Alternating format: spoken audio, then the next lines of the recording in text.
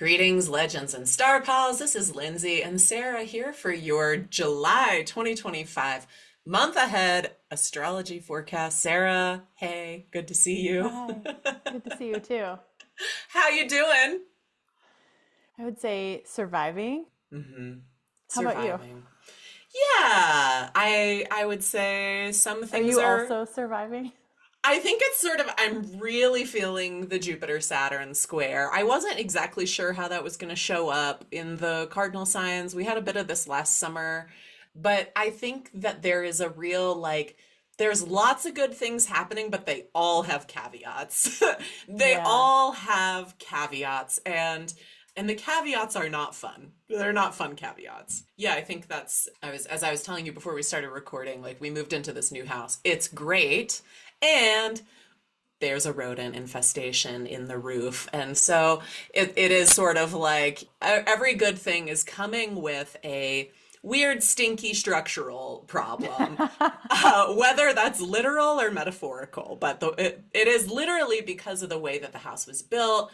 It's a beautiful New Mexico style house, but it's kind of like the crawl space between the ceiling and the roof is completely exposed. So anyone and their mama can get in there and make a little nest, and boy, have they. And they went ahead and took up that opportunity. They sure did. They sure did. So, yeah, it's kind of like that. Like lots of good things, but it's all like, ooh, but then there's this piece to it. Would you say, has it been similar for you? Yes, I think Okay. while Saturn Jupiter square like collectively had a ton of events light up around it, I happened to be in Minneapolis when the state um, officials were killed in their homes Oh my in God, you were Minneapolis. there? I was in Minneapolis at that time, and so they officially canceled the protests, but many thousands of people went anyway, and I was really glad that I did to be in solidarity with people not in my own town, but then got stuck in an airport for over 24 hours, not able to get home in a tiny airport too, not an airport that's like a city, but like a six gate airport for over 24 hours. Oh, So had my own experience of like trying to get somewhere, can't get somewhere, and how do you what what do you know about yourself in that kind of square feeling? It felt very much like a wow. square. So Wow. one thing you can do if you're in that square is split a $600 Lyft ride from your town, from the town you're stuck in to your town with two people that you just met. You can do that. That's what you did. How did you organize that? Were you like, anyone need to go to my city? And people were like, yeah, and then you just got a lift? Yeah, I ended up just in conversation, running conversation with these two other women, and we just sort of, there was a creation of relationship and under these circumstances, and it just was one of many ideas that we had thrown out over the course of our many hours together. Oh my So gosh. when they delayed our flight for the every on the hour from 8:30 that morning to 4:30 that afternoon, um, by the time we got to the last one, we were like, this isn't, I don't think this is actually ever going to happen. So, Wow. I'm so glad you yeah. shared that part of the story because I do think that in all of these square stories that I've been hearing from people, there is an element of, but we took care of each other and figured it out. And so, for instance, our this is our friend's house that we're renting from, and she's been super responsive, and and we're all like, how about how can we help? Like, can we cover some of the finances of this? Because she had warned us that this might be an issue before we moved in. So, how can we help? How can we be of support? And let's all figure it out together, which sounds like is exactly what happened with you and these ladies in the airport. How can we take care of each other and figure it out together? For sure. And you and I have been talking about Jupiter and Cancer offering like a protective element, and Jupiter, I think it's been hard for Jupiter to just feel exaltation with the square to Saturn and heading into combustion. But Hmm. I do think I felt that for someone with Cancer in the 12th. Like, I did feel this sort of sense of like, it's going to be okay. Like, I'm going to figure out what I need to do. And Hmm. that enabled the kind of the feeling of the square. It was like pulling up to the intersection. Is it going to be this energy or is it going to be this energy? The just like very mild protective kind of feeling enabled me to feel like more sense of like agency in the middle of Oh, like a lot wow. of dilemma, you know. And I kind Hmm. of hear that coming through for you too. It's like, no, there's opportunities coming with these problems and I like to have the opportunities, so I'm going to make a plan and work the plan on it, you know. Absolutely. Yeah. And I think this really speaks to what we've been talking about with Saturn and Aries in the superior position to Jupiter in Cancer, is that Saturn in Aries is really setting the stage and setting the tone of like what is happening. And Jupiter in Cancer is responding. It's in the kind of reactive responding place of, okay, Yes. the structures and systems are collapsing in whatever way, or like not supportive of, what we need, which is very Saturn and Aries in fall. And Jupiter and Cancer saying, okay, let's band together, let's take care of each other, we take care of us, let's figure it out. I think that's the Yeah. most positive expression of Jupiter and Cancer right now. Hopefully we don't get as much of the like jingoism nationalist, like we only belong to our particular group, although of course we are seeing that as well, Yeah. emerging. Yeah. Yeah. That I cannot shake the image that we've been talking about temporary dwelling, temporary structure with Mhm. Saturn and Aries. Wow, it feels like it's everywhere. It feels like that image is everywhere with this Yeah. ingress. Yeah, truly. Jupiter is separating from this square. Hopefully, it Run. will run so fast. Probably the events of June are going to be the thing that we're responding to as this square is separating, right? So, Yeah. at least the Hmm. initiation part is perhaps over. But we are seeing some pretty big problems. We are trying not to catastrophize, but July's astrology is chock full of nuts, and we want to make sure that people are prepared for that. It may seem subtle at first glance, but it's sort of like sausage making. Like the closer you look, the Yes. worse it gets. Yeah, we want to watch the sausage being made very closely because there's a lot of shit going in there. There's a lot going on. The primary transit that we're looking at for this month is Uranus moving into Gemini. So Uranus will move into Gemini on July 7th, and it will remain there for a little bit until it stations retrograde, and then it will go back into Taurus. So we are getting a sort of, and this has happened with Saturn and Neptune, right? It happened last year with Pluto, where these outer planets are moving into a new sign, kind of initiating something, and then backing out and finishing up an old story. What is important historical context, I think, with Uranus and Gemini is that we have had some really major conflicts, world conflicts, and conflicts with the involving the United States or about the United States with Uranus into Gemini.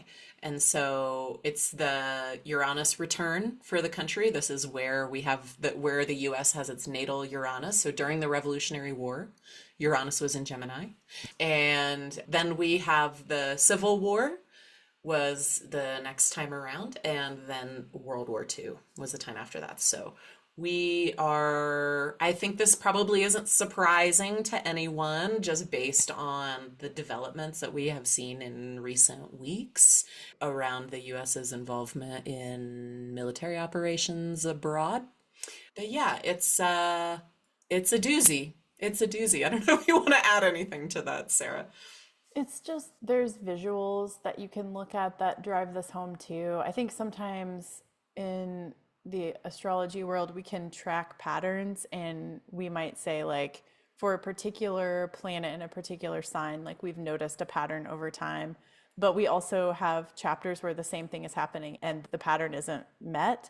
And I think the thing with Uranus and Gemini in the history of our country is that like no, we're talking about like every single time the planet Yeah. is in this sign. No skips, no like periods where we have to do like extra interpretive work as astrologers. Like, no, it's just 100% of the time that Uranus is in Gemini. and this country exists, it is involved in like either eating itself in civil war or like a world war level situation. That is just, there's no way to not feel a little bit of dread and trepidation going into this Yeah. transit. And like it doesn't take like a global politics expert to see like all of the ways that that's heating up and like coming to the edge and backing off and coming to the edge and backing off, or coming to the edge and the world just ignoring and turning its back on the development. Yeah, it Yeah. feels really treacherous going into this transit. Yeah, it's nerve-wracking. So we have that. I mean, I think we should also speak a little bit to what this may look like personally for folks, because of course we're living in the world and the world affects us. But then, Uranus transits are going to show up differently from person to person in your own life, in your kind of immediate relationships. And one thing that you can do is think back to the last time Uranus moved into a sign, which was 2018. We had Uranus moving into Taurus. It did back out, back into Aries for a little bit, and then it moved in earnest back into Taurus in early 2019. But that first ingress was in May 2018. And what you can do is think about the topics of the sign that it was in, so Taurus, right? But also the house. If you use whole sign houses, I feel like that's kind of the easiest way to look at it. But you could maybe look at that topic of your life that house indicates, or topics, and think about what was destabilized, what was uncertain, where did you get free, right? Because sometimes that is also a signification of Uranus, is like breaking chains, like liberating, like going beyond the boundaries of what you thought was possible, good, for good or bad, right? And so yeah, Uranus spends 7 years in each sign. It has an 84-year return, so take a look at your own chart, and you can even do a little historical mapping of your own life. Go back to 2018, what was initiated, go back to 2011, what was initiated, go back to 2004, what was initiated, and so on and so forth, based on the sign and house placement that's in your chart. It's possible that wherever Taurus is in our individual charts is a place where we are really craving some stability. I mean, that's a fixed earth sign. So that is a place where we might already be really, really wanting things to be steady. And that may be part of a lifelong kind of quest that we have in the Taurus part of our life. And I just think the presence of Uranus the last 7 years has probably made that really difficult for each one of us in a different part of our life. I know it's true for me. You and I have talked about how it's true for each of us. And Yeah. Uranus and Gemini, I think will have a different feel, because Gemini, that's not the quest of Gemini, right? It's like not to stabilize things and make them never change. And so what will it mean to have the great destabilizer in a sign that's already a little bit more, mutable and comfortable with a little more chaos ruled by Mercury?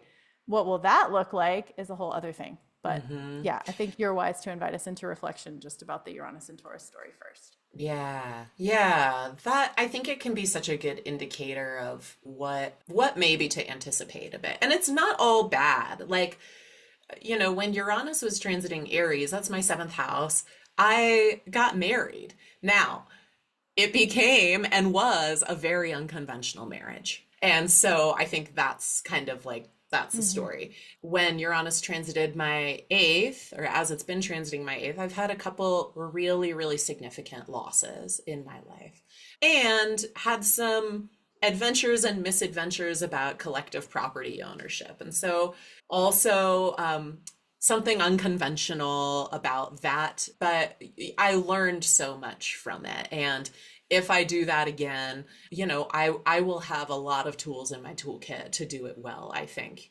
So I don't know if you feel similarly about Uranus moving through your 10th.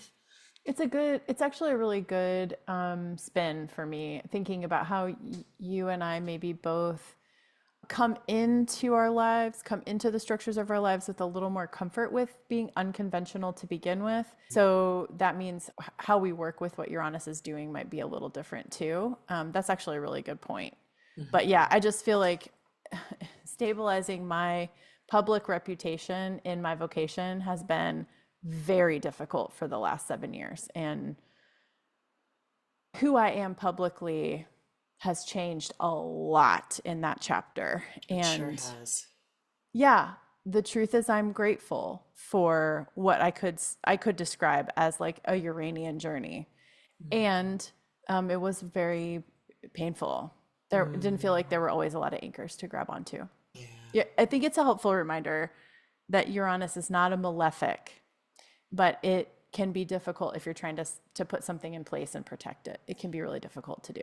Yeah. And we often define the malefics as malefic because they do not advocate stability in the chart. Yeah. And neither does Uranus. So I think it can Right. feel a little malefic.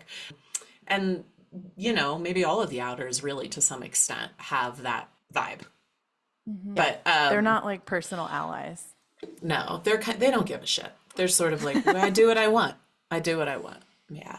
And, Uranus is a planet that literally rotates on its side. Like all of the other Yes. planets in the solar Right. system are rotating on like a y-axis. Uranus is like, you know what? X-axis. What of it? So Yeah, as a reminder, lots if that of things doesn't are tell you possible. something. Yeah. All right. We have this going on in the background, or maybe in the foreground of July. And then do we want to take a look at our lunations for July? Yeah, let's do. Okay. So if we are going to start with our first lunation, that is July 10th. It is a full moon in Capricorn. And Sarah, do you want to start us off with a little bit of delineating this chart? Sure. So, as a reminder, one of the things with each lunation that can be helpful to look at is what planet is ruling. So, like in other words, what planet rules the sign that the lunation is happening. So, the full moon in Capricorn is ruled by Saturn. And as a couple of reminders, in terms of the condition of Saturn itself as the ruler of the lunation, Saturn is in fall, so it's in its lowliest place of all that it can be in the zodiac. It's in the place where it has least access to like prestige or the ability to do exactly what it wants to do. And it's preparing to station for the first time. So this is pretty quick to prepare to station. Like Saturn just ingressed into Aries, towards the end of May. May 25th. And so we're already preparing for a station. And typically with a planet stationing in a new sign, it's big because it will often indicate some of the themes of what this chapter is going to be for the planet in this sign. So for Saturn in Aries, you could think about like Saturn doing Saturnian things in your life, in the Aries part of your life. The station might give you some insight into what that's going to be like. And again, Saturn is a malefic. So Saturn is going to say no to things. It's going to it could make things more difficult. There could be a lot of loss, disappointment, fear associated with things that are going on in this area of your chart. And so having a full moon, like a very bright spotlight, the brightest spotlight that we can have in our life on Earth, shining on what this malefic chapter of our lives is going to be is kind of intense. That's one thing we could start by saying about this full moon. Yeah. And we've got the moon is also in the sign of its exile or detriment. And it's always kind of a weird one, I think. Because it rules Cancer, so it's in the sign opposite from Cancer. So it might be really highlighting like, yeah, okay, here's the nurturing structure. What is the like structuring structure? And so I don't know. We also have a trine to Mars in Virgo, which is in the superior position to this moon. So it's a pretty malefic chart. Jupiter is doing what it can in Cancer. It's like I love this for us. I love that it's like, well, we are looking after each other. We're taking care of each other, right? No matter what happens. But the no matter what happens part for me is a little anxiety inducing. Hold on to your community and your loved ones and your family and hold on tight and I think that's sort of the best we can do is like, how do we show up to take care of each other in these moments? It's like that Mr. Rogers quote that maybe is getting so overplayed by now, but it's Yeah. the look for the helpers Mm-hmm. kind of thing. Look for the helpers or be a helper or be someone who can receive help if you need it. That's a big one. It makes me think about, is it Psalm? It's a Psalm. Is it Psalm 121, or it's a Psalm where it's like, I lift my eyes up and To the to the mountains, and hills. where does my Yeah. help come from? And it's the way that the psalmist in our shared tradition in Christianity, like the way that the psalmist doesn't sound like excited and happy. It's not the kind of hope that's like, it's so exciting that every time I look up, I see you and you're there to help me. It's more like, how long am I going to have to look up at the sky and wonder where the help is coming from? And like, it's a faith song that comes out of like really brushing up against despair. And I Yeah. just think a Capricorn full moon, like the moon in Capricorn anytime, but especially a Capricorn full moon, but especially Capricorn full moon ruled by Saturn in fall, preparing to station conjunct Neptune, feels like, where is my help coming from? And that's a question that we all have to ask at different times in our lives. And this feels like a symbolic moment for checking in on that question. Yeah. Oh, there's a wonderful gospel song called My Help that is that basically that psalm set to music and Mm-hmm. look that up if you're, whoo, it's beautiful. Okay. That is July 10th. And wow, I'm going to have that as part of my solar return chart this full moon. Oh, Isn't that that's fun? right. Yay! We're all in it together. Okay. Let us look at the new moon then, which is a couple weeks later on July 24th. Wish I felt much better about this one. This new moon is at 2 degrees of Leo. It is directly opposite Pluto at 2 degrees of Aquarius. It is forming a pretty tight trine to the Saturn Neptune conjunction in Aries at 1 and 2 degrees of Aries. Yes. It is sextile to a freshly in Gemini Uranus at 0 degrees. And it's and kind of loosely conjunct a Mercury retrograde. And concurrent the Mars Venus square as well, Concurrent the Mars Venus square with the which is South Node Mars with involved. the South Node. Yeah. I mean, who's left out of this new moon is the question. Who isn't a part of this new moon story? Jupiter, kind of. Jupiter. Yeah, you're right. Jupiter, kind of. Jupiter's just like, I'm over here Actually, oh helping no, you Venus revisit is your still in attachment Gemini. wounding around the current socio-political landscape. Yeah, operating an isolated sense of uncertain protection about something, maybe, hopefully. Oh my Like a God. faint fairy godmother you can't quite make out in the distance while you're sorting through a total shit show unfolding in front of you. Oh, I hate this chart. It's a bad lunation. I mean, it's just it doesn't yeah, it's a bad lunation. Yes. And we haven't said anything concrete about it other than just listing out the aspects.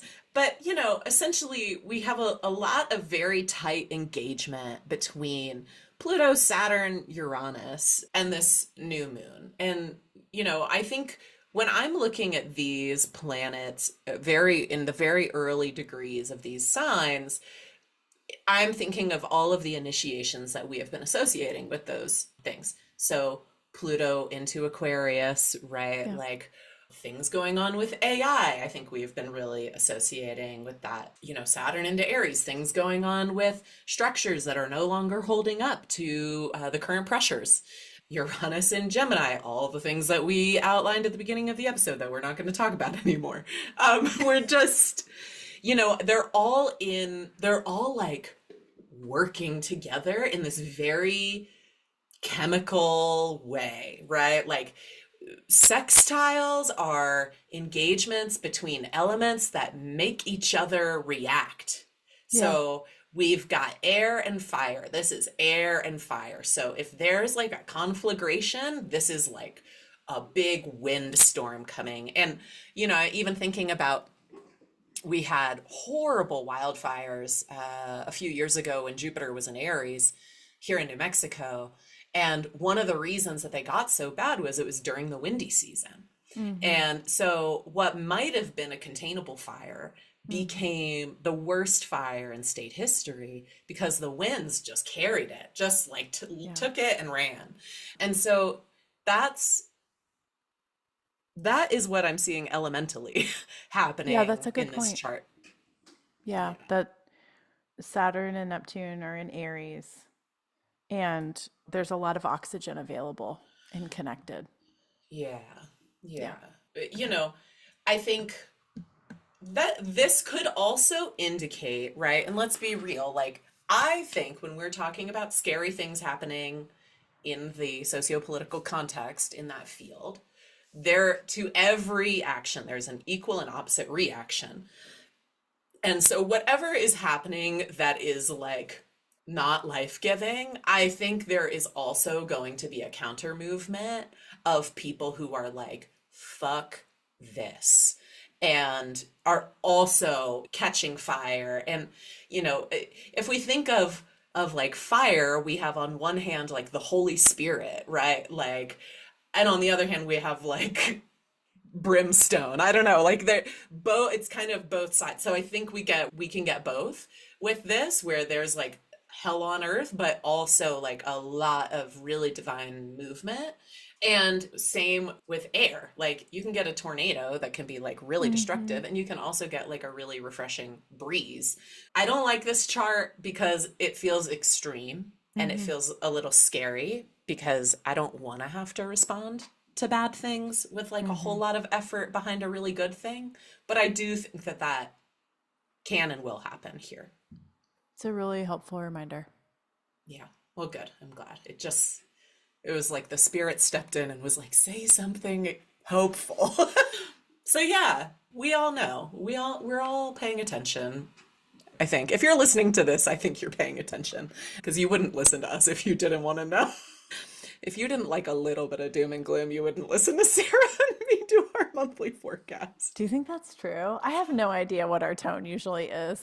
I I always think we're think like fun. you're gonna be hopeful and I'm gonna make kind of morbid jokes, but I don't know how that comes across to I feel like like a you're always in all black and I'm always wearing some shirt that I you're thrifted that in was like bright, someone's beautiful grandma's. colors. Yeah, totally. That is our souls. So good. So good. All right. Those are the big stuffs for July, but we are going to talk about just a few aspects that are happening too that also we want to pay attention to. I think particularly, let's see, around the 4th of July. This is a big one. Sarah, you Yeah. want to say a little bit about that?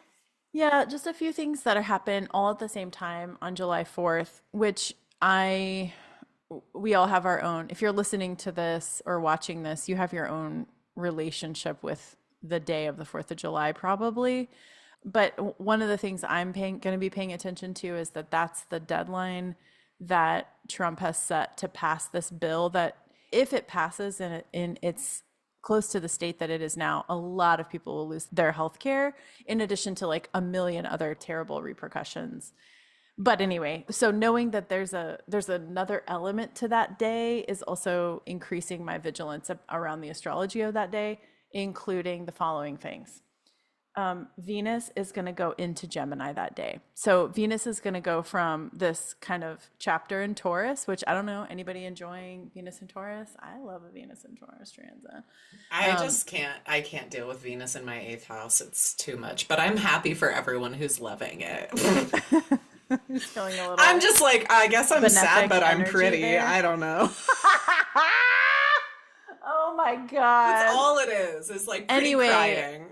for the rest of us, it's been really nice to have Venus at home. And so I don't know, Venus in Gemini, it's not the same as Venus in domicile. So that's something. So concurrently to Venus leaving domicile and entering Gemini, we also have Venus conjunct Uranus right before she makes that ingress. So all of the stuff we're talking about with Uranus, Uranus is at this 29-degree place, which is often a place where a planet is like being extra about the things that that planet has been doing while it's been in that sign. It's like the death rattle, the last gasp, like all of those kinds of images.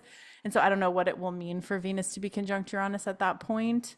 And at the same time, on the 4th of July, Neptune is stationing retrograde. Mm. So it's, Neptune has ingress into Aries at this point and is going to egress. Is that the word? Is that the term we It'll use? egress from Aries and yeah, and ingress back into Pisces. Yeah. Yeah, Yeah. that's that. Yeah. Woo-wee. Yeah. So I that's a lot. know. It's a lot. That week is kind of bananas. Or that moment is kind of bananas. So 4th of July, yeah. And you don't even have to know astrology to know that that's going to be a bananas time. Whew. 3 days later after that is, we can put in context. That's when Uranus is going to go into Gemini, right? Yeah. Yes. Yeah. After 7 years of being in Taurus. So Yeah. yeah, we're like microscopically close at that Yeah. point. All right, another big couple of days here, or day that we're looking at is a couple of days, July 21st and 23rd. That's another hot spot of the month. So this is right before the new moon. I would advise people around that time, like if you can take it easy, because these waning moons have been brutal. I don't know what's going on, but well, I do know what's going on. We're having really rough transits. But when the moon is waning, it's just like a time of really low energy. So it's harder to resource, I think, and like deal with what's happening. But on the 21st, Mars will conjoin the South Node at 20 degrees of Aries. And so, I mean, one thing that astrologers are talking about that's important historical context is that when Mars was on the South Node in Capricorn, and 2 cycles ago when Jupiter was in Cancer, we had 9/11. And there's something about the nodes that can indicate like the lifting up or the falling down of something. And so it is suspicious astrology. I don't know. I feel suspicious about it Hmm. happening. The South Node really sort of like takes the poop out of stuff, I Yeah. think. And so with Mars transiting it, it's just there's something about like getting the rug ripped out from under Yep. you kind of feeling. Disappearing. Yeah. Yeah, it's a little nervous for me. That's a little bit of a nervous one for me. 20 degrees of Virgo. If you have placements around there, yeah, I would just like be gentle, maybe. I don't know if there's any better advice than that you have, Sarah. Yeah. I mean, I feel like this is kind of always our answer. It's like when I was in seminary and in systematic theology class, and I was like, what's the point of doing this? Like, Jesus is going to be the answer every time. But I feel like with us, the answer every time is like, call your loved ones, like, make sure that your people are okay, make sure you're okay, reach out. If you feel like you're going down the drain in any kind of way, like, Yeah. reach out for the people that you're connected to. I wonder if that's part of the Jupiter and Cancer story that you and I are going to keep coming back to, is like the faithfully protective element of relationships, of like solid relationships. That this is Mars South Node feels like people disappearing and nobody realizing what Oh happened, and which God. we're already experiencing this with the movement of ice and the lack of challenge officially, governmentally. Like the challenge to ice is coming up from the bottom, and in some places is very effective, but we are up against incredible like Mars South Node energy, I feel like. Yeah. So Yeah, without adopting too firm a stance on 9/11, like we historically, people have been really like, how did that actually happen? What yeah. what do you mean? Like they fell from the bottom, like like how did steel like melt and like vaporize at that temperature? Like there's just like all these questions, and it's sort of like what really was that, right? Yes. And if you start looking real closely, it's kind of like there aren't really any real good answers to a lot of those questions. And yeah, I think that like poof, like people just disappearing. Like Mars is, you could think of if it's representing types of people, right? Law enforcement Yeah. or military or mercenary Yeah. people, Soldiers, and firefighters, definitely. Yeah. yeah, getting sort of like whoop, Yeah. disappearing people. Yeah, that's scary, but really, I think apt delineation of that. So, yeah, it's not reassuring. And meanwhile, that is with Mars applying to a square to, or sorry, is it applying or separating from the square? No, it's The applying to the Mars Venus. square. Yeah. Yeah. So the square happens shortly after the conjunction to the South Node, where we get this. I think what I've heard a lot about with Mars square Venus is we get sort of like often it's like violence in with women, trans people, queer people. That can often be a thing. It's interesting with the mutables because I Mm-hmm. feel like it's more information based or like data driven almost. Like Mm-hmm. we're in these mercurial signs, and it's sort of like, again, that makes me feel like if something happens, people are going to be divided about what actually happened and this sort of like what is going on. And you may also be experiencing this dynamic in your own life of like, I'm not exactly confident that I know what's Yeah. going on between these two signs in my chart. And one common delineation of this square is to be careful around STIs. Mm-hmm. That especially in the mutables. So things like that, like just, take extra precaution around your sexual health. I'd say the whole time that Venus is in Gemini, making this kind of sign-based square to Mars. And yeah, I don't know, anything else to add? This has been such an uplifting recording. I'm sorry, everyone. I mean, we I don't know. might. I don't know how to make It's it better. I'm really into gossip right now. I'm in this Ooh. chapter of my life where I'm really into gossip, and I think a Mars Venus square, and I love that you pointed out mutables, Mercury, Jupiter kind of things. Like maybe we'll get a juicy scandal that will distract us from all this other stuff that we're dealing with. Like that sounds like a nice potential Yeah. delineation. We'll see if I'm right about that. I'm such a nerd, but it always reminds me of the musical The Music Man. And there's this scene where all the like townspeople are gossiping and they're like, pick a little, talk a little, pick a little, talk a little, cheep, Yes. cheep, cheep, talk a Oh, lot, pick a little more. It's like an awful that's song.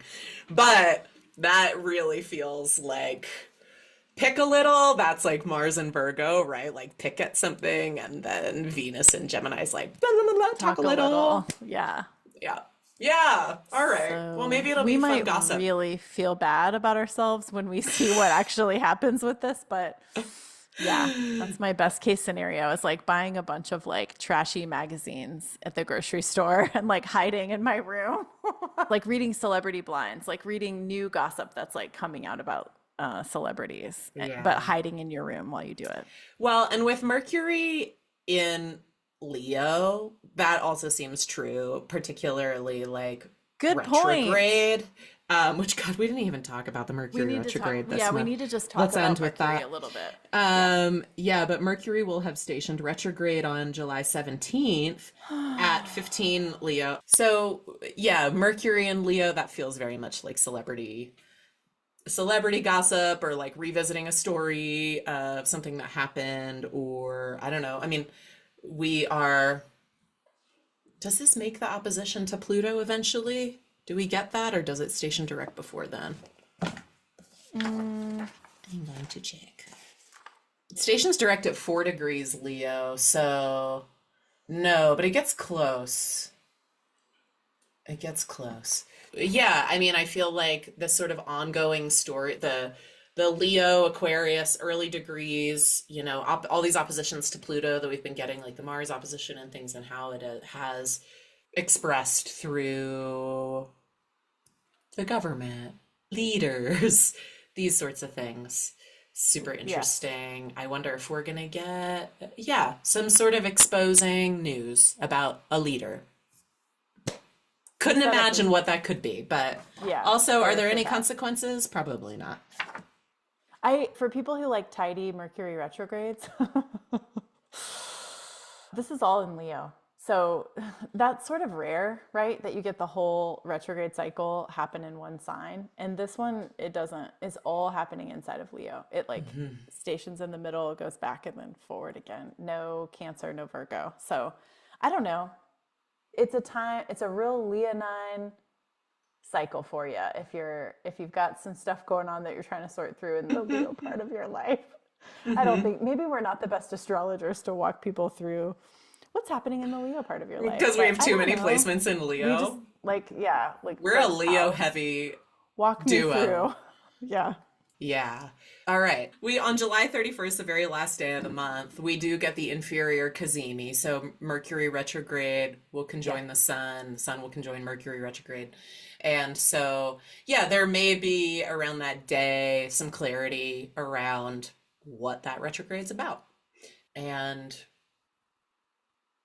that'll be interesting because the whole month is chock full of nuts, as I said. It's going to be hard to do the kind of self-pacing reflection for all how all this stuff is going to light up your chart, but yeah, certain areas of your chart will be my guess is we'll just feel them.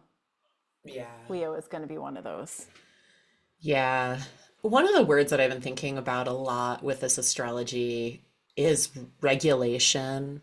And I've been thinking about emotional regulation, but also like legal regulation and how those kind of belong to Cancer and Leo as these signs that are ruled by the luminaries. And we have this, the moon is like regular in its motion, but it's not because it waxes and wanes. And the sun is very regular in its motion, except for when it's eclipsed, right? Or it's like, I mean, its motion is still going, but then it goes dark. But yeah, just like emotional regulation and regulation, like what are the rules? And I've Yeah. been thinking about that a lot. And I advise folks because if you're listening to this, you're probably queer or femme or, have some trauma, I'm guessing. Wow.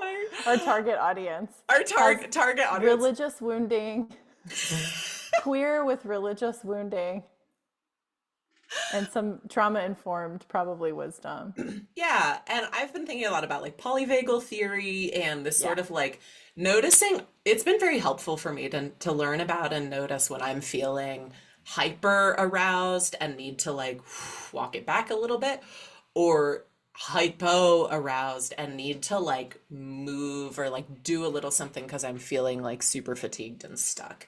Yeah. And so I think like that might be really grounding to pay attention to this month because it's overwhelming. This is overwhelming astrology, whether it's positively overwhelming, negatively overwhelming. I don't know about you, Sarah, but when really good things happen to me, I get overwhelmed.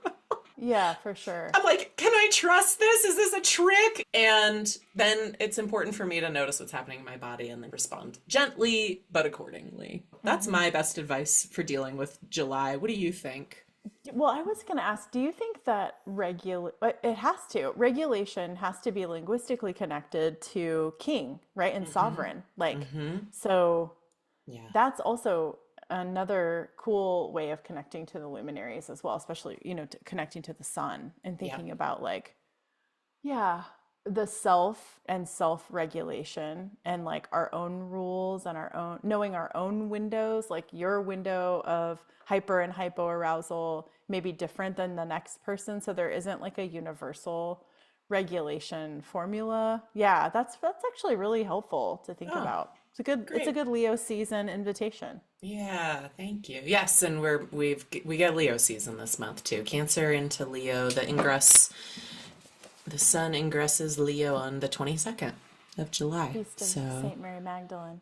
I'm oh, a patron. bless, bless. All right. I think we've done enough here. How about you? Yeah, that's probably, there's plenty more we could talk about, but I think those are good highlights for the month. Yeah, okay. Well, they're highlights. Mm. Thank you, Sarah, as always, and to you all who are listening, thanks for sticking with us and hope the best for us all really for this month. And yeah, we're here and we'll be back for August. Yeah, lots of intensity for August. So I look forward to seeing you again for more. More treachery. This is like a Sisyphean. It is. Every month we're like, okay, Tune in next time. we're gonna get through 2025 together. Always have. All right. Take care.